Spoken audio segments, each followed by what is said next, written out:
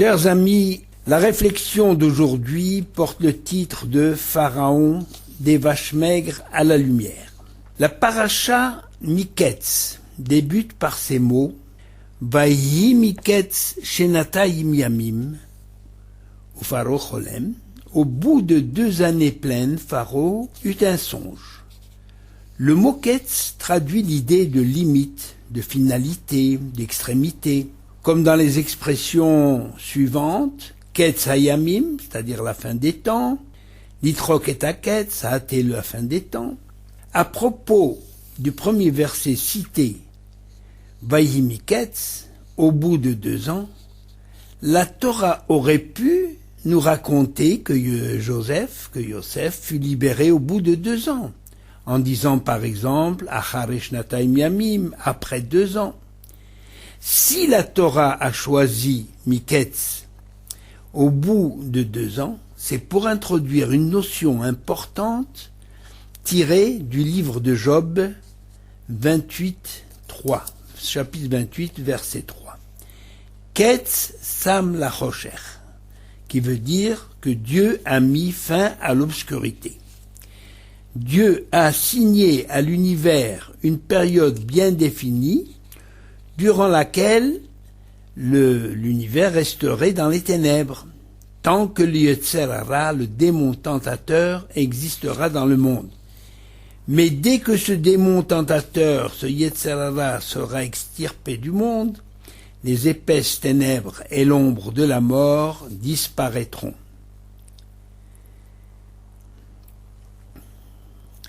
La fin a été prévue et fixée dès le début, au niveau de l'histoire de l'humanité et au niveau de la vie de chaque individu. Ainsi, au bout de 2 ans, le pharaon eut un rêve, et ce rêve a mis fin aux épreuves douloureuses de Joseph. Le pharaon ayant rêvé et n'ayant trouvé personne parmi ses magiciens pour le lui interpréter, il a eu recours à Yosef, que les chansons signala à son maître comme l'homme de la situation. Ce que je viens de dire est la compréhension première de ce texte. En d'autres termes, si le pharaon n'avait pas rêvé, Yosef aurait encore croupi en prison, et même s'il avait été libéré, il n'aurait jamais connu la situation mirobolante qui était la sienne par la suite.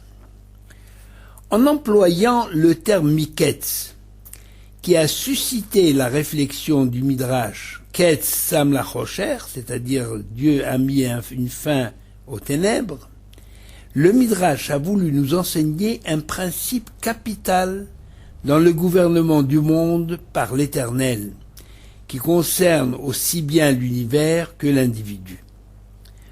Quand l'Éternel met fin aux ténèbres, alors jaillit la lumière. Mais cette fin est prévue et fixée à l'avance. C'est ce que dit le Midrash. Joseph n'a pas été libéré parce que le pharaon a rêvé, mais au contraire, c'est parce que la fin des épreuves de Joseph était arrivée que le pharaon a rêvé. Nous retrouvons d'ailleurs cette idée à propos de nos matriarches. La plupart étaient stériles. Et le Midrash nous révèle que l'Éternel se complaît dans les prières des tzadikim. Alors que fait l'Éternel? Il crée des situations où les tzadikim sont incités à prier. Donc ce n'est pas la prière qui a donné les enfants aux matriarches, mais simplement parce que Dieu se complaît aux prières, les a rendus stériles. Le Khatam Sofer fait la différence entre le mot Ketz, qui veut dire la fin, et le mot Tachlit, qui est le but, l'objectif, que l'on peut traduire également par la finalité. Et ce mot suggère l'idée d'achèvement, de finition, de perfection. Pour quelle raison le Khatam Sofer fait cette distinction?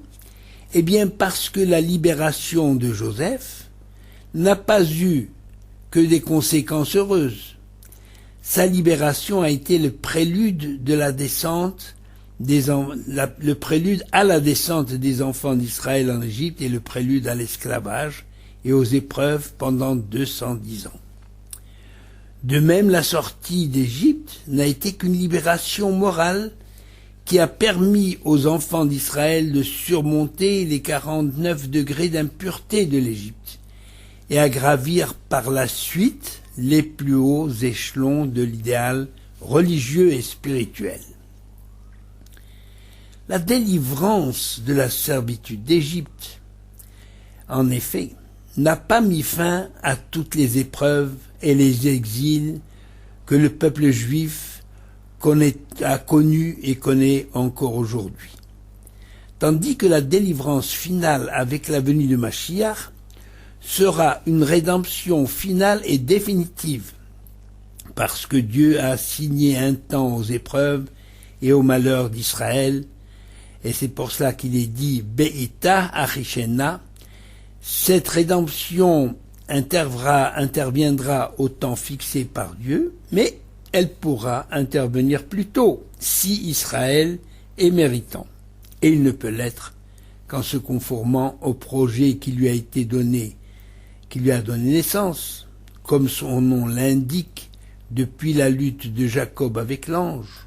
Ce nom c'est Israël, et Israël est digne de ce nom lorsqu'il lutte avec Elohim et avec les hommes et qu'il l'emporte.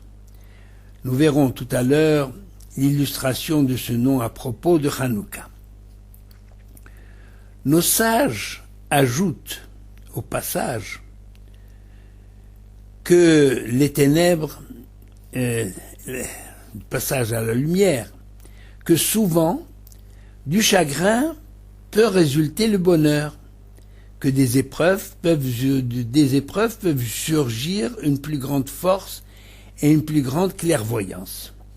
Cette idée est parfaitement illustrée par la situation d'aujourd'hui d'Israël sur sa terre, en but à l'hostilité injuste et généralisée.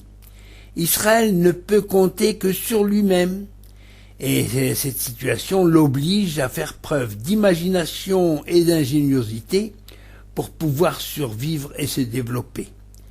Les résultats sont d'ailleurs admirables et extraordinaires pour une si petite nation. Cela rappelle l'histoire de l'âne dont le maître voulait se débarrasser en le jetant dans un puits. Et pour en finir plus vite, il se mit à combler le puits avec du sable. Sentant la chute régulière de la terre sur son dos, l'âne comprit que son maître cherchait à l'enterrer vivant. Alors chaque fois qu'une pelletée de terre atterrissait sur son dos, l'âne se secouait jusqu'à rejeter ainsi chaque charge nouvelle. Et au fur et à mesure que la terre s'entassait au fond du puits, l'âne se trouvait de plus en plus haut dans le puits.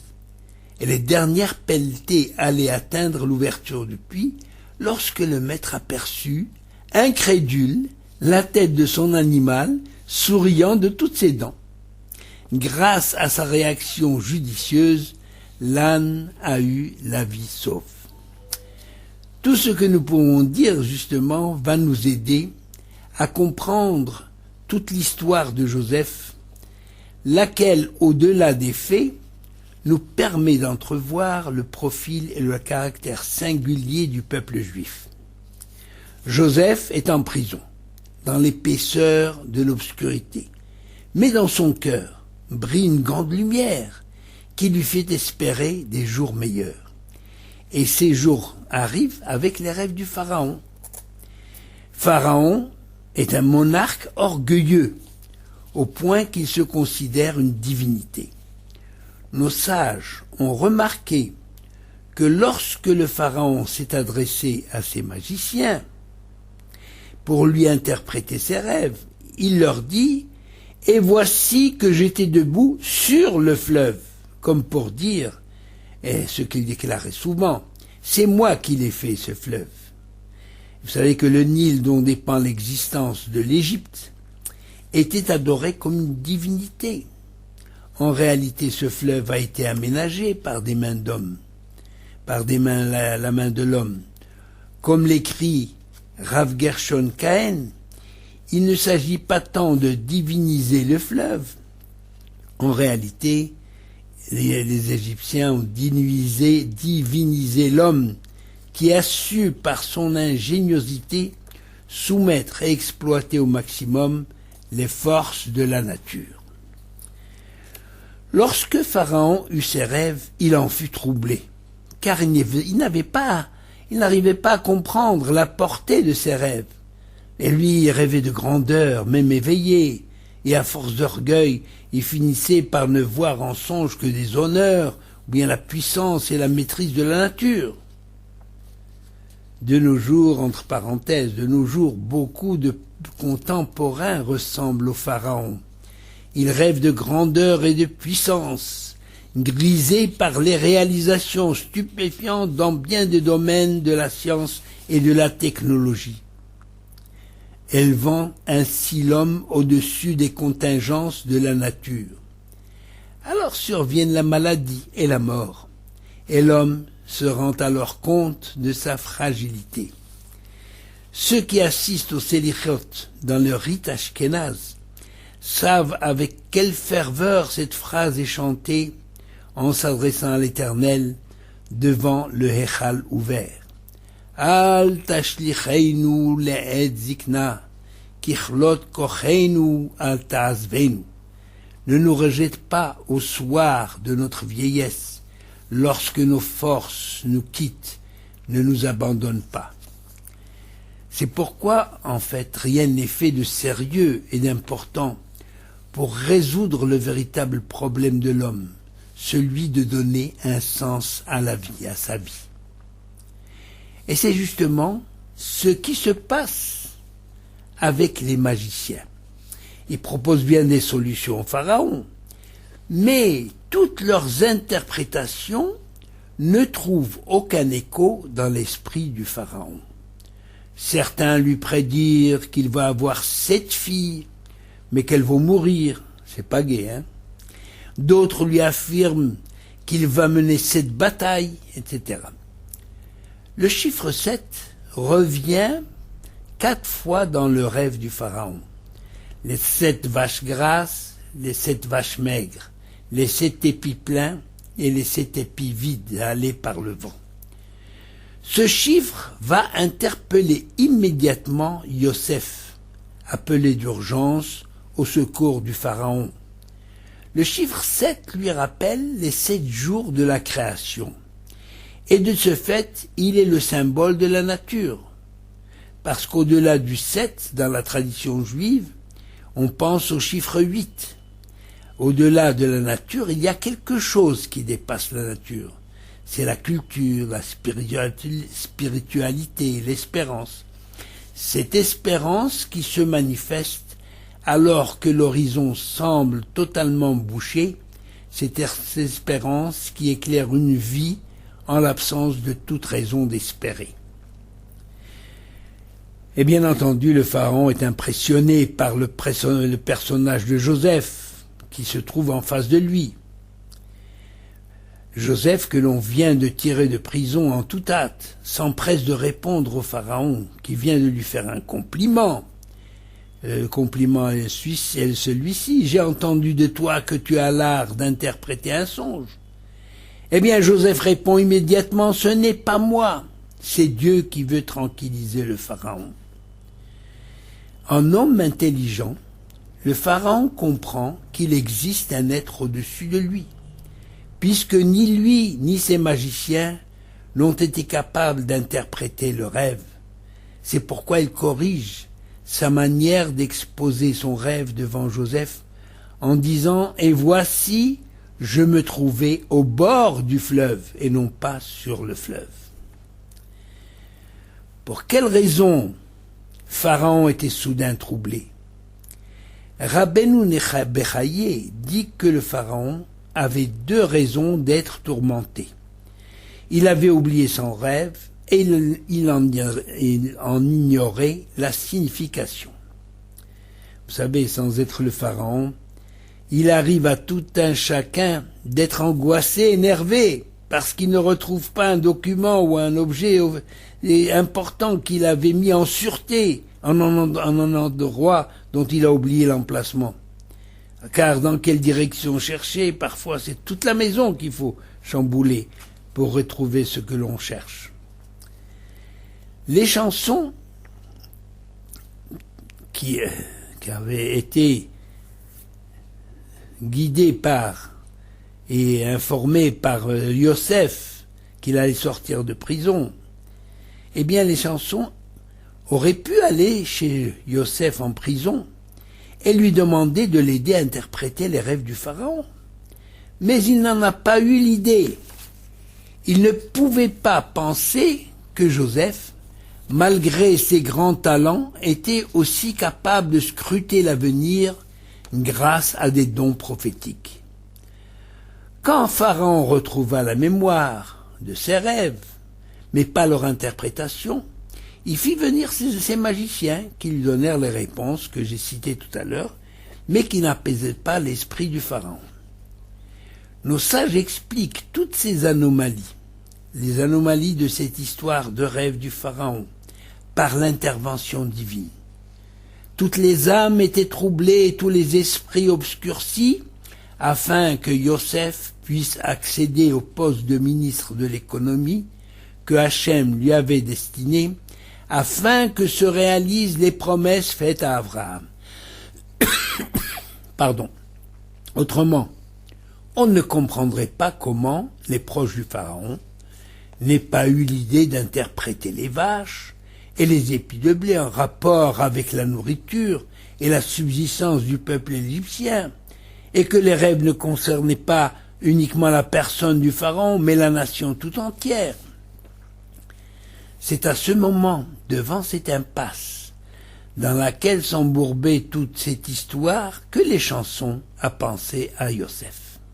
La mémoire qui est revenue au Pharaon, il se mit à raconter ses rêves, mais en les déformant, pour mettre à l'épreuve Yosef et voir s'il avait vraiment les talents qu'on lui prêtait. Joseph reprenait sur place les paroles du Pharaon, l'obligeant à revenir chaque fois à la version la plus authentique.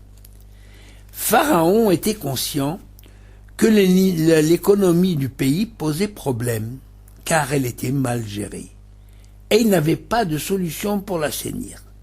Ces magiciens n'avaient pas deviné sa pensée, et ne lui étaient donc d'aucun secours, d'aucune aide par leurs conseils oiseux. Tandis que Yosef va droit au but. Non seulement il est compris par le Pharaon, et non seulement il dévoile au Pharaon ce que nous savons depuis notre jeune enfance pour l'avoir entendu maintes fois, c'est à propos des vaches grasses et des épis, etc. Mais de plus, Joseph explique au Pharaon que le phénomène cyclique de l'abondance et de la famine, qui est une constante, que l'on retrouve même aujourd'hui dans tous les pays, avec plus ou moins de disparités, eh bien que ce cycle peut être brisé. Joseph ne s'est donc pas contenté de faire le diagnostic de la situation, il propose au Pharaon une solution salutaire. Selon Narmanide, le Ramban, en conseillant au Pharaon de nommer un gouverneur général sage et intelligent, Yosef pensait en vérité à sa personne. Et c'est ainsi que Yosef devint vice-roi d'Égypte.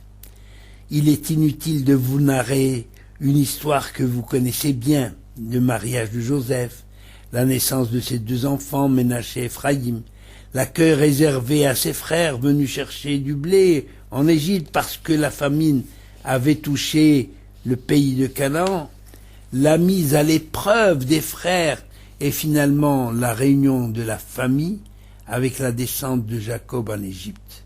Un happy end, mais un happy end provisoire, car malheureusement tout va basculer avec l'accession au trône d'Égypte d'un nouveau roi qui ignorait ou bien qui voulait ignorer l'apport de Joseph à l'Égypte.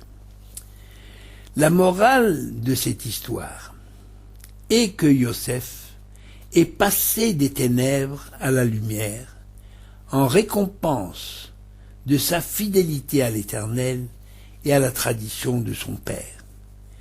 Et pour rappeler le rôle et le comportement de Joseph, à savoir son refus de se soumettre aux exigences de la nature ou des circonstances de l'histoire, en employant son intelligence à créer, à changer le cours des choses, à changer les ténèbres en lumière dans le cœur et l'esprit de l'individu. Le cycle naturel est représenté dans le rêve du pharaon par des vaches grasses qui sont avalées par les vaches maigres, c'est-à-dire l'échec du système en place. Alors Joseph explique au pharaon qu'il est possible d'inverser la tendance et d'éviter la famine, pas seulement sur le papier, mais en passant à l'acte grâce à des prévisions réalistes et applicables et mises en pratique. C'est pour cela que, en fait, la paracha Miketz est toujours lue lors du Shabbat Hanouka, comme pour nous rappeler que la lumière peut vaincre les ténèbres, aussi bien dans la vie de l'individu que dans la vie du peuple juif. Lorsque nos sages ont fixé cette fête dans le calendrier juif, Hanouka ne faisant pas partie des fêtes instituées par la Torah, nos sages ont pensé que la lumière de Hanouka pouvait accompagner les Juifs dans des périodes d'épreuve, parce qu'ils pouvaient puiser dans l'histoire de cette lumière les forces nécessaires pour supporter la misère des mauvais jours. C'est pourquoi nos sages n'ont pas institué la fête de Hanouka, une fête religieuse pour glorifier la victoire sur les Grecs, car une victoire militaire est ponctuelle, elle ne peut pas se répéter indéfiniment. Tandis que Hanouka, bien sûr, Hanouka nous invite à prendre les armes quand il le faut, mais pas faire de la violence un idéal de vie que l'on peut enseigner aux enfants, une violence qui s'accompagne toujours de sentiments de haine, empêchant l'enfant ainsi et empêchant l'enfant de grandir pour des tâches plus nobles. C'est pour cela que nos sages ont mis l'accent sur la découverte de la fiole d'huile, qui a permis d'alimenter la menorah avec de l'huile sainte, une petite fiole que les Grecs n'avaient pas trouvée, n'avaient pas souillée, une petite fiole grâce à laquelle la lumière a jailli, une lumière pure, en préservant la pureté du peuple juif et la force de sa résistance et de son espérance. Sans cette petite fiole d'huile, le miracle de Hanouka jamais une fête n'aurait été, n'aurait été fixée. Une fête religieuse, en tout cas, n'aurait jamais été instituée pour célébrer une victoire militaire. Pour quelle raison? Tout simplement parce que les révoltes contre les Grecs n'avaient pas seulement un caractère de guerre, de révolte pour une indépendance, mais elles n'avaient d'autre but que de préserver le patrimoine et la spiritualité du peuple juif. Cette petite fiole aujourd'hui, se trouve dans la Torah. Elle n'est maintenue dans sa pureté que grâce à ces hommes qui y consacrent leur vie loin de la mode et de l'air du temps et qui sont pour nous une référence de ce que doit être une vie consacrée à notre Créateur. Cette fiole d'huile, c'est la fidélité que chaque Juif porte secrètement au fond de son cœur, et lui a permis de traverser les siècles, malgré l'hostilité des nations et les persécutions en tout genre. Car sans la tradition et la lumière de la Torah, le peuple juif aurait certainement disparu, comme les 10 tribus d'Israël, dont on n'a plus aucune trace, ou comme tous ces peuples puissants de l'Antiquité, disparus, faute de l'absence d'une tradition logée au fond du cœur de chaque individu, de chacun de leurs citoyens. C'est là la grande leçon de cette fête de Hanouka, non pas la victoire ponctuelle des Hashmonaïm, mais la prise de conscience que la vie est un combat de l'esprit pour permettre à l'homme de grandir et de baigner dans la lumière. Hanouka, c'est le triomphe de l'esprit, et ce triomphe, pour nous juifs, n'est possible que dans la mesure où nous préservons dans sa pureté la petite fiole d'huile consacrée par le grand prêtre, symbole de l'enseignement et des exigences de la Torah qui permet un renouvellement constant de l'être humain et le fait baigner dans la lumière. La vie d'un peuple et celle d'un individu ne peut se réaliser uniquement sur la recherche de confort et de progrès scientifiques et technologiques, si fantastiques soient-ils. La Torah ne rejette pas le bonheur matériel, puisque nous prions constamment pour la pluie, symbole de subsistance.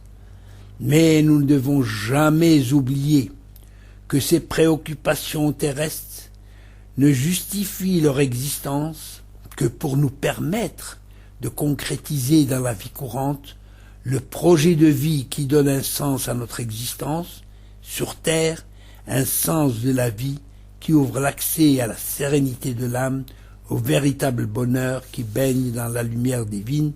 Shabbat Shalom et Chag Sameach.